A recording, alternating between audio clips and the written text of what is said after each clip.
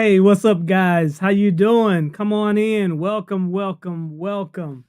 Hey, in this video, man, today I'm gonna share with you four four powerful lessons, four biblical lessons to help you thrive in a recession.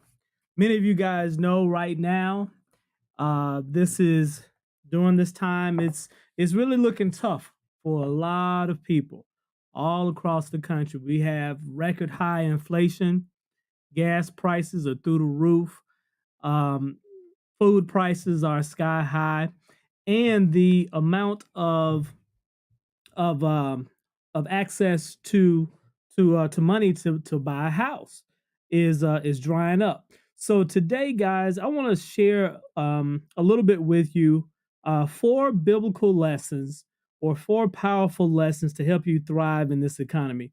So if this is your first time joining me, my name is Alex, financial coach and licensed insurance advisor, and I help families and people just like you build more wealth, create more financial freedom for themselves so they can live their best life and leave a legacy for their family. So, as you come on into this live stream, please like and share. I always say sharing is caring. We need to have more of this information getting out to people so they can really, excuse me, um, change the way they see money, change the way we handle money so we can transform our lives and for us to be able to really be able to fulfill our purpose here on this earth. So I'm going to share with you four lessons today, guys, to kind of help with that.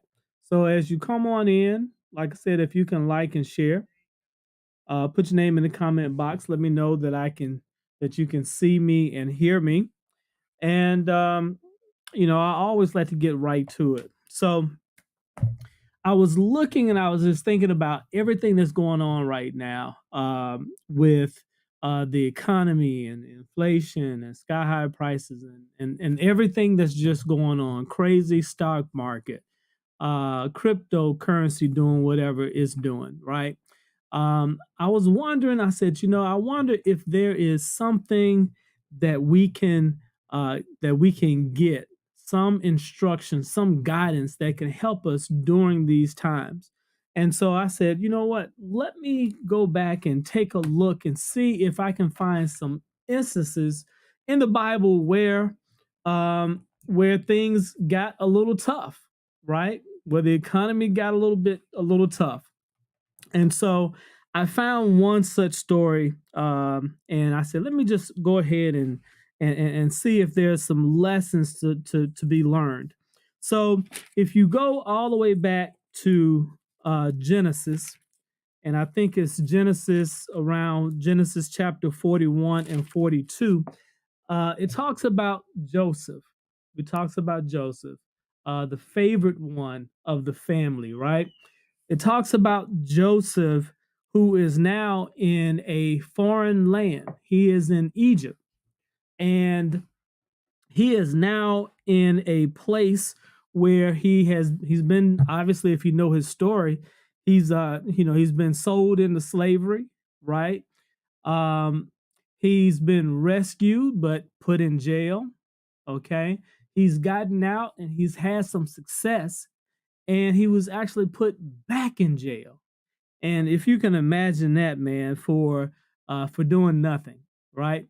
For being nothing more than a favorite child of God. And sometimes I know being a child of God doesn't mean that you will not face difficult times. It doesn't mean that you might not find yourself that you won't find yourself in prison. It doesn't mean any of those things, right? It means that God will give you the ability to see you through these situations, and for there to be something instructive that can come out of it. So what is it that I kind of learned while Joseph was in jail for the second time for not having slept with the Pharaoh's wife who lied on him, but he's now in jail. But during this time, the king, Pharaoh, has a dream, and this dream disturbed him so much that he said, man, I have got to find out what's going on. What is the meaning of this? And so he looked and sought and looked for people who can help him understand what is going on and what his dreams are telling him, which comes to the first lesson that I want to share with you guys. So here's the first lesson. The first lesson is you got to stay vigilant. You must stay vigilant. That means that you always have to be mindful. You always have to be watching. You always have to be looking at what's going on in your household, around your household, things that could be affecting you financially. And even when things are going well for you right now, it doesn't mean that this is the time for you to sit back on your laurels. This isn't the time for you to stick your head in the sand. This isn't the time for you to just kind of sit back and smoke cigars and just live it and enjoy it and just kick back. No, it means that you still must be vigilant. What do I mean? It talked about how Pharaoh Pharaoh had a dream, and it came to pass at the end of 2 years that Pharaoh had a dream, and behold, he stood by the river, and he saw while he was standing by the river, he saw a dream where seven good cows came out of the river, right? And then seven ugly cows came out of the river, and they stood by, and pretty soon they overtook the other cows. It ate up the other fat cows, right? He had a similar dream that happened where it seems like wheat, right? Some type of flower that bloomed, or wheat that came up, and the sheaves of wheat devoured the healthy looking wheat. So Pharaoh was wondering, like, man, what's going on here? What does this mean? Well, he could have just said, man, this is just a crazy dream. It's just something I dreamt. You know what? Life is good. I'm Pharaoh. I'm the king. So I'm just gonna party up. I'm just gonna keep doing what I'm doing, baby, because the party don't stop. It hasn't been a problem up until this point. So I'm just gonna keep doing what I'm doing. But no, Pharaoh was wise enough. Pharaoh was smart enough to know, hey, even though I'm king, even though things are going well right now, I still have to remain vigilant for what can throw me off the throne, what can put um my royal reign in jeopardy. I have to make sure that I stay vigilant. I am responsible for the people. I am the king, but I have to make sure that I am still responsible. I want to have a good reign, right? Reign. I want to be able to have a good succession or kingdom, right? So he said, first, I have to stay vigilant because I've had this dream, and one, it came to me in the form of cows, and then the other one came to me in the form of grain, of wheat, right? So I have to make sure I understand what this means because this could be a warning. So he found somebody who can help him, which this becomes the second powerful lesson. You must seek wise counsel. You have to seek wise counsel, guys. Too many times we think that we have all the information that we need. Oh yeah, you ever told somebody something, you ever said something to somebody, and they always tell you, "Oh yeah, yeah, yeah, yeah, I know.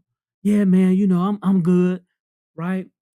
You talk to somebody and you share with them a bit of information, but every time you share something with them, they always say, "I know. They know everything." right? You don't want to be one of those people.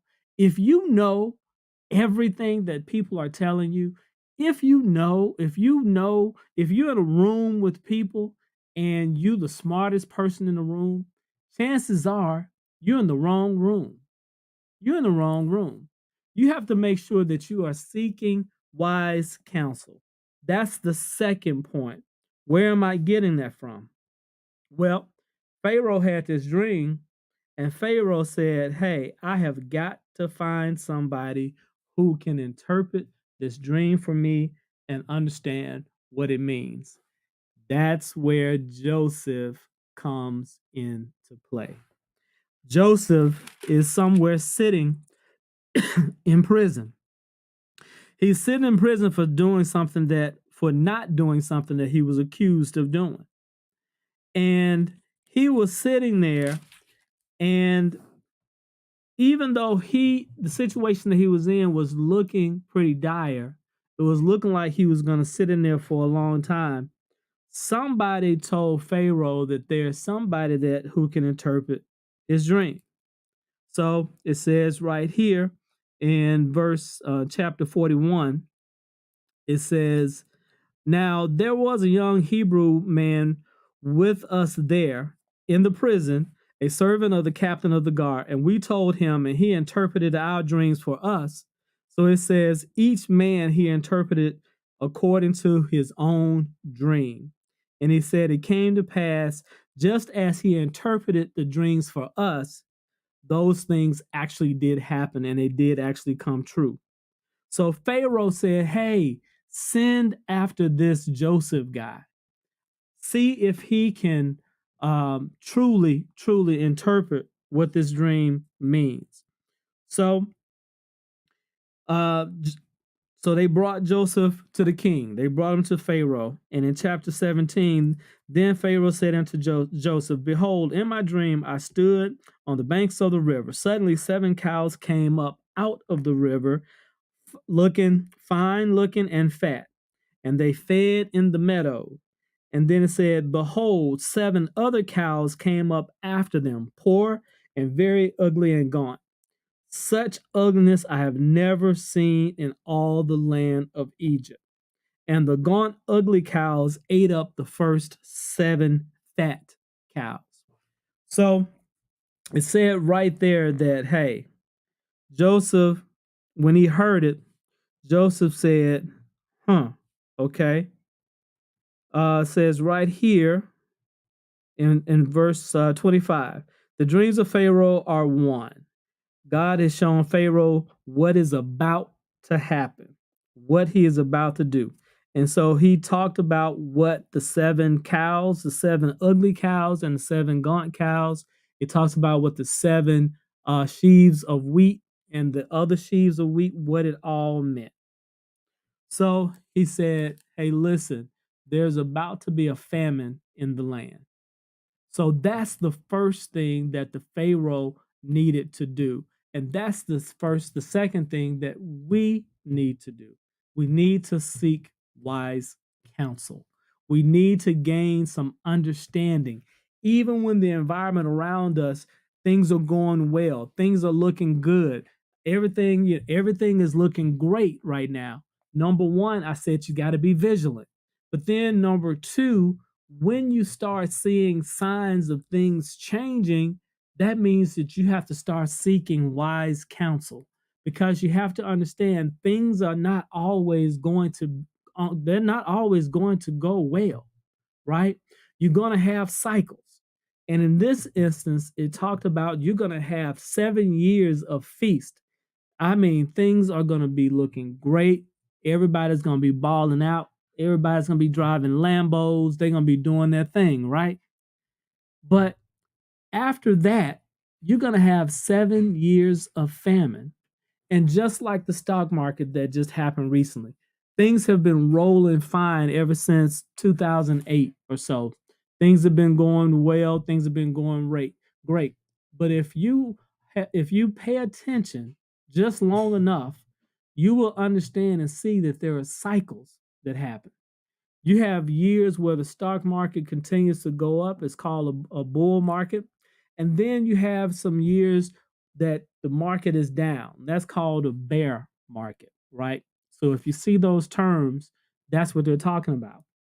So you have to seek wise counsel, because just as sure as the stock market goes up, just as sure as housing prices go up, just as sure as your things around you financially are going up, there's going to come a time when things will start to slow down.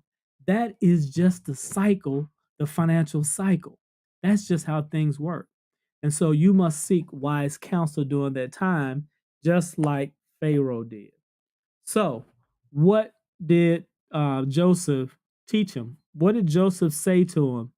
Joseph said, "Look here, Pharaoh, you're going to have 7 years of feast, but then you're going to have 7 years of famine."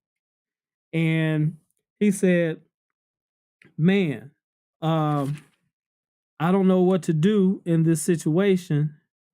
What should I do?" All right. So let's look at it. Let's look at it. So Joseph said to Pharaoh, listen, here's what you should do, Pharaoh. Select a discerning and wise man and set him over the land of Egypt. Let Pharaoh do this and let him appoint officers over the land. Officers over the land to collect 1/5 of the produce of the land of Egypt in the 7 years of plenty. So that was the lesson that he needed to understand and learn, which is my third point. You must gain financial wisdom. See, it's it's it's it's um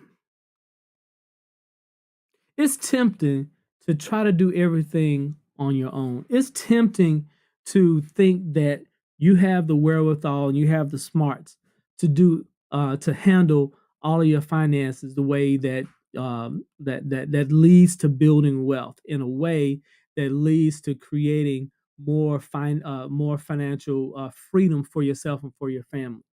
But what you find is most of the time, people don't have the skill set that they need in order to make it happen.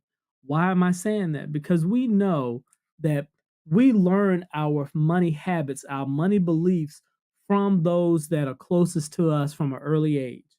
So when we're growing up, we're learning our money lessons, how to handle money from our parents and those people around us, from people in the community, from those people around us. And so, unless you grew up in a wealthy neighborhood, unless you grew up with wealthy parents, unless your parents literally sat down and taught you the financial principles you need in order to build wealth, chances are you just picked up some of you, like we all do, we pick up the habits of our parents. And if our parents did not build a lot of wealth, chances are we picked up bad habits. We picked up bad habits. So as a result, we're we're not in a position to be able to do the things that we really want to be able to do with our money, because we haven't gained the financial understanding. We haven't gained the financial principles. We haven't gained the financial knowledge or information that we need in order to make that happen. That's the reason why, you remember I said in point number one that it's important that we seek wise counsel. Well, the Pharaoh could have made all the decisions that he wanted to make on his own. He was king. He was the one who sat on the throne. He could have decided to do whatever he wanted to do, but he decided to do different. He decided to seek wise counsel.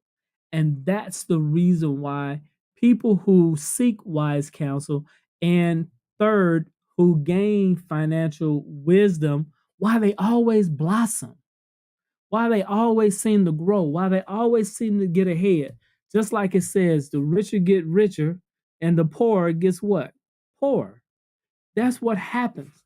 Something along the way, we have to start figuring out how to interrupt the habits that have led to the lifestyle that we currently have. If we don't, we're going to do what? We're going to get more of the same thing that we've always gotten. That's the reason why the rich get richer, is because they understand the principles. It's because they have those people around them who can help guide them, that they can get counsel from, and they can begin to say, "Hey, where did I make the mistake? Where did I go wrong? What do I need to be doing better or doing different?" They're always looking to gain financial wisdom. In this case, in this case, Joseph told Pharaoh, "Hey, listen, I'm gonna need you to collect 1/5, 20%, 20% of the produce of the land in Egypt. That's what I'm gonna need you to do. I'm gonna need you to collect 20%." He didn't say 5%. He didn't say 1%. He didn't say 10%. He said 20%. So guess what? You think, guys, that it might be a good idea that even during the years of plenty, during the years when things are going well for you, you might want to be saving 20%. Man, I know it seems heavy. It seems like a lot. Somebody might be saying, you know what, man, I'm already struggling. I'm already having a hard time getting by. How am I gonna save 20%? Well, just like now, this is the time that you have to start what? You have to start tightening your belt. You have to start looking for opportunities. You have to start looking for ways that you can begin to cut back, because as it said here, a famine is coming. It's coming. He said you're going to have 7 years of feast, and then you're going to have 7 years of famine. So by you or by the Pharaoh and the people continuing to live it up, um, doesn't mean that those 7 years down the road are going to go away. It doesn't work like that. They're coming. And so you have to make sure that you are preparing for it. So the third thing that you have to do is you have to make sure that you're gaining financial wisdom. And let me tell you something. This point number 4, this right here, let me show you.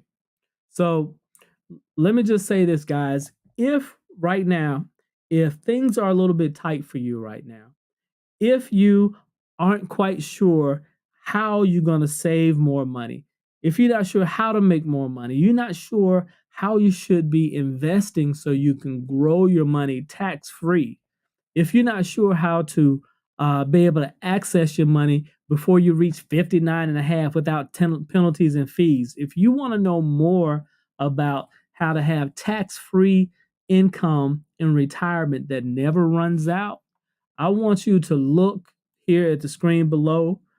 Go to Cannaly.com/Alex Allure.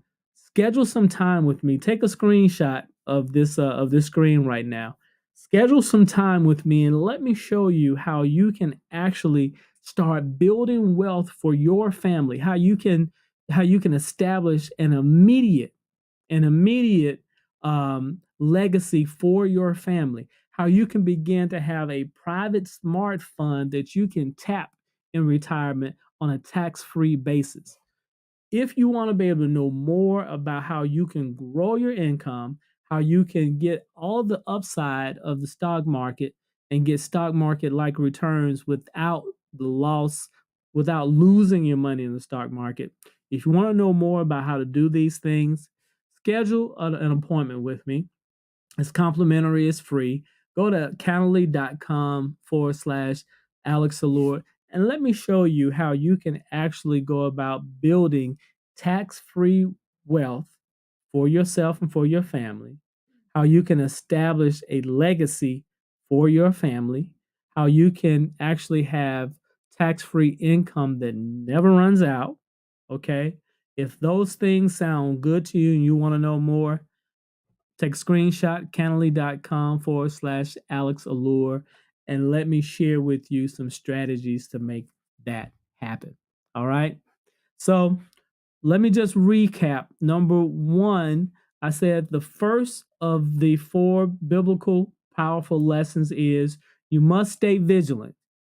Even when things are going well, there are signs along the way that show you things are about to change. Things are about to be different. Somebody is about to move your cheese. I don't know if you read that book, Who Moved My Cheese? Guess what? Cheese is always being moved. The goalpost is always being moved, and you have to remain vigilant. And so, from 2008 up until what, end of last year, this year, things have been going great. The stock market has been going well. It's been going up and up and up and up and up and up. But you have to remain vigilant. That's point number one. Number two, you have to seek wise counsel. Reach out to people who understand how the markets work, understand how to earn more income, how to generate more passive income. You want to talk to people who can help you save and manage your money better, people that can help you grow your money tax free, right? And not have your money be at risk of being lost in the stock market and 401ks and IRAs and all of those things, right? And so once you start seeking wise counsel, just like the Pharaoh did, he sought Joseph to help him understand, what does these dreams mean? What do I need to be doing better and I need to be doing different? Seeking wise counsel. Once you start seeking wise counsel, then you start gaining financial wisdom that you need.